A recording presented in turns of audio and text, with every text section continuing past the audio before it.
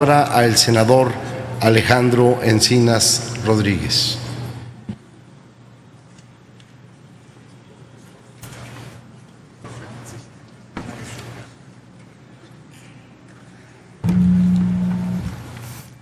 Muchas gracias, señor presidente. Buenas tardes, señor secretario. Ahora sí que la última y nos vamos, porque esta será la última comparecencia de usted ante esta legislatura del Senado de la República. Ya el año que entra será otra la situación política del país. Y nos toca ahora en 5 minutos tratar de hacer una evaluación de 5 años de gobierno, lo cual no es una tarea sencilla, aunque hablando con toda sinceridad, por lo cierto es que resultaría muy fácil solamente circunscribirnos a señalar que esta es una administración marcada por los escándalos políticos y por las incompetencias gubernamentales muy derivadas de la corrupción que ha permeado a las instituciones públicas y que ha mostrado una gran incapacidad e incompetencia para enfrentar los profundos problemas que vive nuestro país. Ahí está el listado de hechos puntuales y concretos que mis compañeras y compañeros han enlistado a lo largo de esta comparecencia. Pero hay muchos más.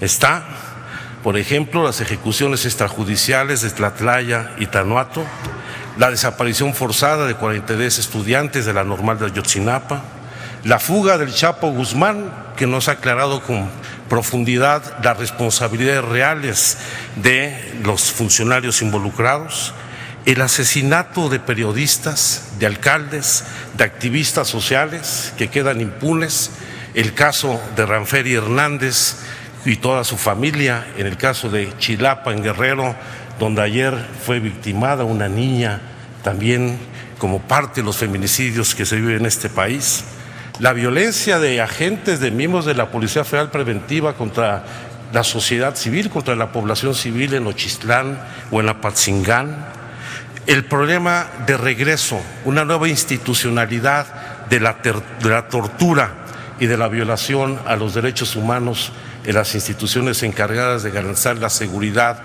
y la protección de los mexicanos, el creciente número reconocido por la propia Secretaría de Gobernación de personas desaparecidas o desplazadas por la violencia y la inseguridad, la censura a la libertad de expresión que ejercen concesionarios de los medios públicos y que el gobierno, contando la Secretaría con una agencia especializada en garantizar estos derechos, no lo cumplen, o incluso la censura a la información histórica, que resulta absurdo que hoy en el Archivo General de la Nación se censure el acceso a la información histórica que antes se tenía, a pesar de las restricciones de la ley, pleno acceso.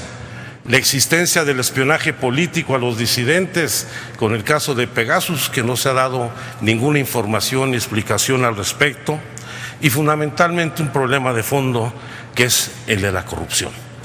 Una corrupción que impregnó no solamente la Casa Blanca, la estafa maestra, la generación más corrupta que haya tenido conocimiento este país de gobernadores, y el caso extremo, las investigaciones que hoy realiza el gobierno del Brasil sobre los sobornos de la empresa Odebrecht a funcionarios mexicanos para financiar campañas electorales a cambio de contratos públicos en nuestro país. Ha sido muy mal quinquenio el que ha vivido nuestro país, el más violento de los últimos años.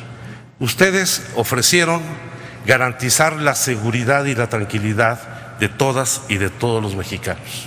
Y basta ver los titulares de la prensa el día de hoy de cómo se señala que el mes de octubre de 2017 ha sido el mes más violento de las últimas 2 décadas, con 2.371 homicidios. Pero el problema es que no solamente estamos ante el mes más violento de la historia contemporánea de nuestro país, sino estamos ante el año más violento, el 2017, de las últimas 2 décadas en México, donde en los 59 meses de su gestión se han cometido 95.300 homicidios. 3,000 homicidios más que los que se cometieron en los 6 años del gobierno anterior.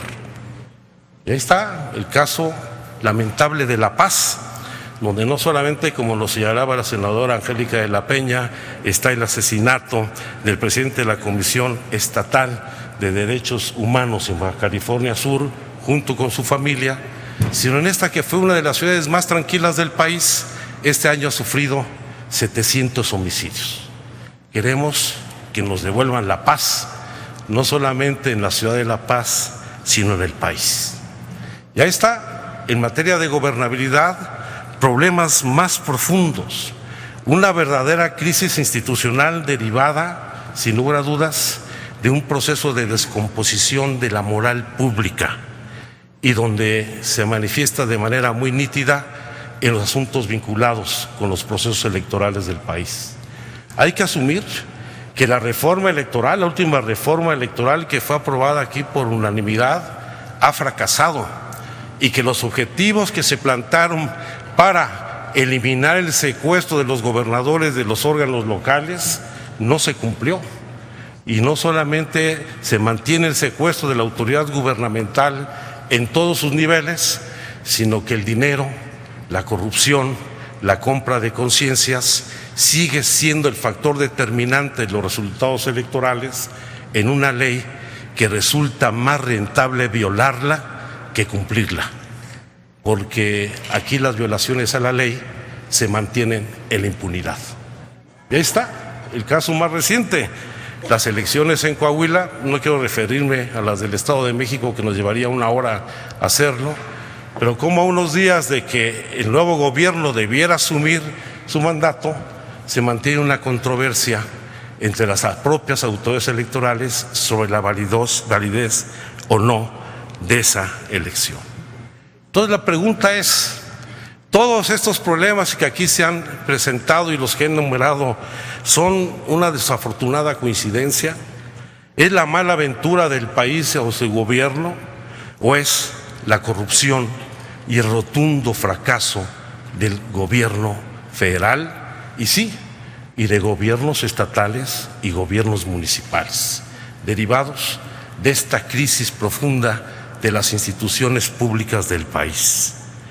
Señor secretario, usted es el secretario de Gobernación más poderoso en la historia del país, por lo menos en el papel, porque hay que recordar que al inicio de esta administración se modificó la Ley Orgánica de la Administración Pública Federal, que disolvió la Secretaría de Seguridad Pública para transferir las funciones de seguridad pública a la Secretaría de Gobernación, poniendo a disposición por primera vez en la historia política de nuestro país, bajo el mando del secretario de Gobernación, a una fuerza armada, a un cuerpo policial represivo. Y ahora, pues el secretario de Gobernación no solamente es el responsable de la conducción de la política interior, de la relación con los medios de comunicación, de coordinar el gabinete y a los funcionarios de la Administración Pública Federal, sino también es el responsable de la seguridad pública en el país. Usted, señor secretario, es una especie de primer ministro dentro de un régimen presidencialista. Es el responsable de la política interior y de la seguridad pública, de negociar y de reprimir. Usted tiene al mismo tiempo la mesa de negociación y el garrote. Y ese es el problema de fondo que implica el diseño institucional sobre el que se finca actualmente la Secretaría de Gobernación.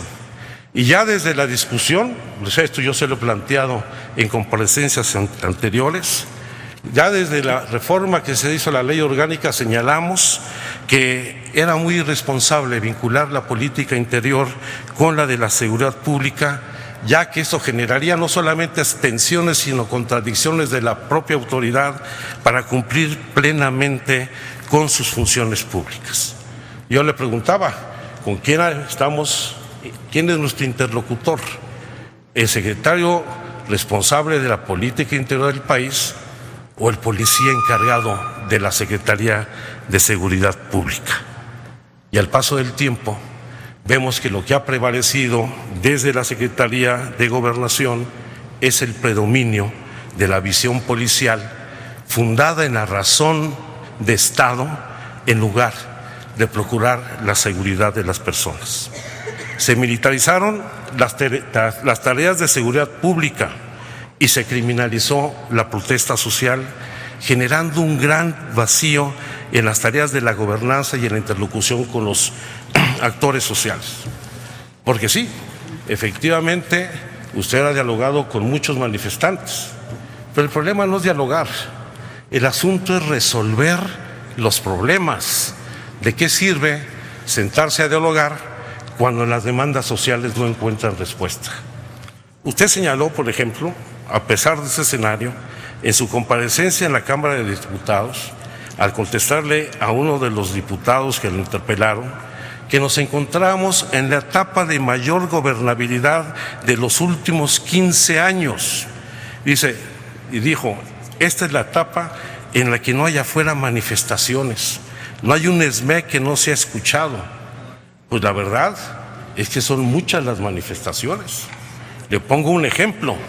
Entre el 16 de septiembre del año pasado y el 15 de septiembre del presente, hubo 6,263 marchas en la Ciudad de México, 60% de las cuales son por demandas de carácter federal, y la inmensa mayoría no han encontrado en ningún momento respuesta.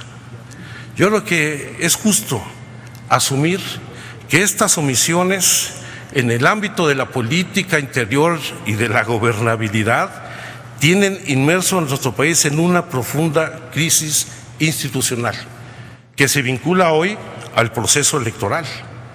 Hoy no tenemos Procurador General de la República, no hay Fiscal General, no tenemos Fiscal de Delitos Electorales, no hay Fiscal ni Magistrados Anticorrupción. Falta por nombrar magistrados electorales en salas locales. Las autoridades electorales siguen siendo cuestionadas por su desempeño, al igual que la Fiscalía para la atención de delitos contra la libertad de expresión que está bajo su mandato. Y se tiene que asumir que este modelo de supersecretaría fracasó, que el mal diseño de esta Secretaría de Gobernación con todas estas facultades concentradas no ha funcionado. Fueron tantas las facultades que se le otorgaron que pues no pudo ejercerlas. Ejercerlas implicaría haberle hecho un contrapeso al presidente de la República, cosa que es inaceptable en un país con un presidencialismo tan profundo como el que tenemos. Yo por eso le pregunto, a partir de estos resultados, ¿no considera usted que el diseño de la Supersecretaría de Gobernación y la estrategia de combate a la inseguridad ha fracasado? ¿No nos puede decir, como nos ha dicho anterior, en los 5 años anteriores nos han dicho que esto ha sido una herencia del pasado, o han dicho que no hemos legislado para dar los instrumentos de participación de la autoridad? Incluso hoy usted se ha referido a los problemas vinculados con la falta de aprobación del mando mixto, que fue una alternativa al mando único, que esa sí era una barbaridad, donde el gobierno federal pretendía arrogarse la facultad de intervenir y asumir total o parcialmente las facultades de los municipios, buscar que el Senado pudiera remover a la autoridad municipal, ir a un mando único que centralizaría absolutamente todas las tareas de seguridad. Y como lo hemos visto en los hechos, porque aunque no hay ley, hay mando único en muchos estados de la República, pues el mando único se ha convertido en mafia única, porque ahí está el involucramiento de las distintas policías con los grupos delictivos. Primero, señalaron como responsables a las policías municipales. Ahora ya nos dicen que no hay, que 200 municipios no tienen, aunque también hay que señalar que los municipios más seguros de este país es donde existen las policías comunitarias, en los municipios de usos y costumbres, y que efectivamente falta el desarrollo de capacidades institucionales por gobernadores ociosos que prefieren llamar al ejército que asumir sus responsabilidades. Pero yo creo que es el momento de asumir que se requiere un replanteamiento general de la estrategia. No se requiere aprobar la Ley de Seguridad Interior. Ahí está el Ejército en las calles y el objetivo no es buscar cómo legalizar la presencia del Ejército y las Fuerzas Armadas, a quienes respetamos plenamente, en las tareas de seguridad pública, sino cómo regresa el Ejército a los cuarteles a partir de desarrollar las capacidades institucionales de todos los órdenes de gobierno en materia de policía y de seguridad pública. No sigamos pensando en esta lógica absurda, desmedidamente centralista que ha caracterizado este gobierno, donde ha sido tanta la centralización que hoy la responsabilidad les toca fundamentalmente a ustedes. Creo que esa es la responsabilidad que deben de asumir, y para poder resolver un problema hay que asumirlo. Ahí nos decían que iban a dar la seguridad, te lo firmo y te lo cumplo. Pues lo firmaron, no cumplieron. Ni refinería, ni aeropuerto en Hidalgo, ni seguridad, ni paz para los mexicanos. Muchas gracias. Gracias, senador Encinas. En la palabra el señor secretario.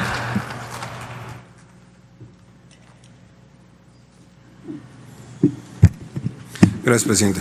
Senador Alejandro Encinas, senadoras, senadores. Siempre, como todas y a todos, he reconocido al senador Encinas como un hombre serio y que conoce la complejidad de los retos que enfrentamos.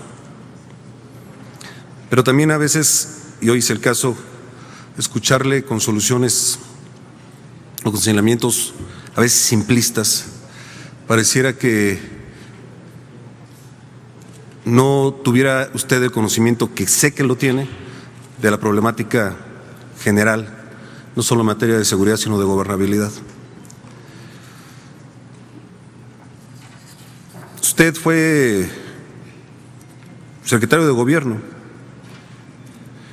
y de verdad los temas de seguridad no le correspondían, no los atendía o no participaba. Le puedo asegurar, porque además lo hemos comentado, que sí. Y si cuando llega uno al gobierno se encuentra poca conexión entre todas las entidades que tienen que ver con la seguridad, lo menos que uno puede llegar a proponer es buscar cómo sí hay entendimiento y cómo hay coordinación. Y yo le quiero decir que hay una absoluta y completa coordinación. No, senador, en esta modificación a la ley de la Administración Pública no viene el que las Fuerzas Armadas están bajo mi mando o encomienda, lo acaba de señalar. No, está la Policía Federal, está la Comisión Nacional de Seguridad. Y con toda humildad le digo que ante esta responsabilidad y las otras he tenido el tiempo suficiente no para atenderlas, sino para conducirlas y buscar que sean efectivas. ¿De verdad usted le pone algún pero a la Policía Federal? ¿De verdad le pone usted algún pero al Ejército o a la Marina, senador? Usted me podría abocar a decir que ha habido irregularidades en la actuación de algunos, pero de algunos miembros. Tenemos una Policía Federal de élite, profesionalizada y que es reconocida a nivel internacional. ¿Por qué no ponemos el contexto de la problemática y entonces ponemos la solución, pero como Estado mexicano en conjunto? Yo no he venido aquí a acusar ni a echar culpas absolutamente de la falta de un ordenamiento legal. Simplemente vengo a decir que esta falta de ordenamiento legal no permite que algunas acciones se conduzcan como debe de ser. Reitero, la Ley de Seguridad Interior no es para proteger a los militares o para militarizar, como usted lo señaló, al país. Es para proteger a los ciudadanos. Es una ley que dentro de lo que se pone, hay varias iniciativas, una del senador Burgos, dice cuándo y en qué condiciones, pero sobre todo cuándo debe de salir el Ejército, y no como ahora, que está en la decisión incluso personal. Por eso hay que legislar, para que se diga cuándo, cómo y hasta dónde. Y en lo de la Policía El modelo de policía tampoco se pensaba nunca un modelo colombiano de atraer la policía a una policía nacional. Nunca, senador. Es obligar a los estados a dotar de seguridad a los municipios. Senador, partir del hecho de que vamos a formar solamente donde no hay policías 600 corporaciones, ¿no le resulta a usted difícil de entender? O más bien, ¿no le parece que sería extenso el tiempo para poder lograrlas hacer? En lugar de formar una por estado, 32 entidades, como la ciudad en la que usted fue secretario de gobierno, en donde hay una sola corporación que sí sirve y que sí da resultados con toda la problemática que se presenta. ¿Qué es más difícil en las entidades? Sí, senador, Durango tiene 7,500 comunidades, y si me equivoco que me disculpen los senadores de este estado, pero le digo los de Hidalgo, que son 5,000 comunidades. O le digo la del Estado de México, que tiene más de 8,000 comunidades. No solo es hacer la policía del municipio, sino que a la vez puedan proteger a comunidad por comunidad de las miles y miles, más de 90,000 comunidades que tenemos en el país. Pero si ni siquiera pueden crear una policía municipal, y hoy todavía estamos viendo cómo poder avanzar en ese tema, ¿por qué no obligamos a tener 32 corporaciones que verdaderamente tengan capacidad de respuesta? Y que no estén necesariamente con el temor que a usted le llama, bajo el mando único del gobernador. Que sean policías estatales que puedan tener las capacidades y los controles para que puedan servir a la sociedad municipio por municipio, más allá de partidos políticos que puedan gobernar estos municipios. Es actuar con responsabilidad, senador, es decir las cosas como están para poder encontrar una solución. No hablar de todos los avances respecto al esfuerzo de nuestras Fuerzas Armadas, de la Policía Federal, incluso de las locales. Es tanto como solamente estar, y así lo hizo, señalando lo que no ha funcionado. Tenemos que reconocernos en las fallas, pero también en las aciertos, para que las cosas puedan caminar bien, más allá del gobierno o del partido político que encabece un gobierno. No estamos refiriendo, como lo dijo usted, a que se hagan policías al mando del gobierno federal. No es correcto. Son 32 policías estatales, y lo dije hace 2 años en la Cámara de Diputados: si quieren hacer mixta, solamente vean dónde sí hay capacidades para hacerlo y dónde no hay. Así lo dejé en 3 hojas, y le aseguro que si podemos analizarlo, no van a ser más de 50 municipios que van a poder mantener y tener una policía municipal. Los otros 1,180 municipios no tendrían esas capacidades. ¿Refiere usted a temas como Baja Sur? Se lo voy a referir. El anterior gobernador, al que hoy está en funciones, porque no había ningún problema y porque la ley no lo obligaba, digámoslo de alguna manera, no formó un solo policía. Y el gobernador que hoy está en funciones está encontrando que apenas está en su proceso de formación de policías. Eso es lo que no podemos permitir, y por eso creo que un marco legal nos va a permitir que cada quien haga y cumpla con su responsabilidad, y si no, que se le sancione. Eso es lo que estamos proponiendo, y en todos los órdenes de gobierno. Usted refirió a un estado en el que todo era un paraíso, en el que no había un secuestro, donde no había un homicidio, pero no se formaron capacidades. Hoy le quiero decir que hay 32 unidades antisecuestro y hay 18 subunidades, incluso en estados donde no hay un solo secuestro. Y el compromiso con los estados es mantenerla para estar listos en caso de que pueda suceder algún evento del que no están acostumbrados. Eso es actuar con responsabilidad y una respuesta de Estado ante un problema generalizado. No estamos en el tema de gobernabilidad, senador, y lo puede ver, están afuera de Bucareli, los que decía yo que atendí ayer, y que organización que llega son atendidas, pero también, permítame no coincidir con usted, las más de las veces no solo los atendemos, les resolvemos cuando está en la posibilidad de hacerlo. Y nos comunicamos con los estados porque vienen con muchos problemas de las entidades. Pero cuando hablo de gobernabilidad no hablo necesariamente de que no hay manifestaciones. ¿En qué país del mundo sucede esto? Hay enojo, molestia, y hay que atender ese enojo y esa molestia y resolverle. Eso es lo que procuramos en la Secretaría de Gobernación. Por eso usted verá que las marchas, las más de las veces, se dan en un día, en dos y se resuelve. Porque hay diálogo. Porque hay diálogo y nunca nos cansaremos de generar ese diálogo y la capacidad de respuesta con cualquier organización o sector de la población. Pero también debe haber un respeto a la ley. Y el que esté en gobernación, ambas cosas, no le veo ningún pleito. Al contrario, me puedo sentar y también para decirles que deben de respetar a la ley, porque respetar la ley es respetar los derechos de los otros, de los terceros, que no tienen nada que ver en sus manifestaciones o en sus problemas. Ese es el equilibrio que se hace desde la Secretaría de Gobernación con estas facultades que ustedes nos autorizaron.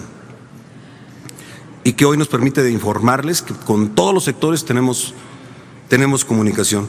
Y sobre lo que usted dice de nombramientos, bueno, creo que sí es importante y ofrezco toda la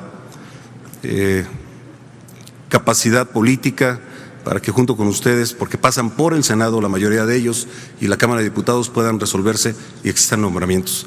Porque usted es un hombre también, estoy convencido, que cree en las instituciones, senador, que no desdeña las instituciones como alguien o algunos lo hacen. Y si hoy usted refiere que hay problemas o hubo problemas en algunos estados respecto a las elecciones, imagínese usted si no estuvieran completamente formadas las instituciones que van a normar el proceso más amplio que va a tener este país, con más de 3.200 puestos de elección que estarán en disputa. Son esas instituciones las que deben de llevar los procesos.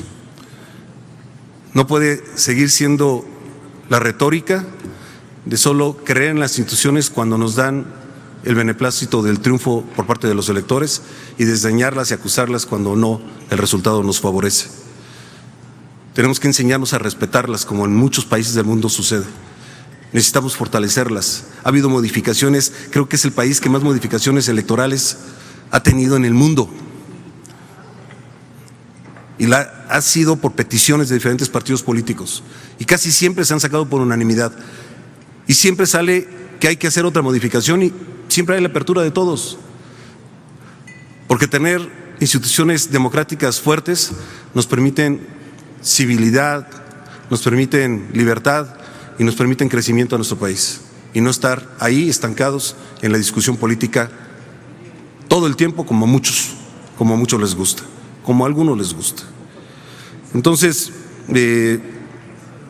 lo que le puedo solamente concluir en mi participación a usted y a los senadoras y senadores es que en cada uno de los rubros que son de la responsabilidad del secretario de Gobernación, en todos ha habido no solo disposición y atención, sino resultados que puedo, por supuesto, ponerlos en cada uno de los rubros en la mano de usted. Y donde hay deficiencias, como es el tema de seguridad, decir cómo estamos y cuál es el camino que creemos que nos va a permitir a encontrar soluciones duraderas para la tranquilidad de las y los mexicanos. Gracias por su atención.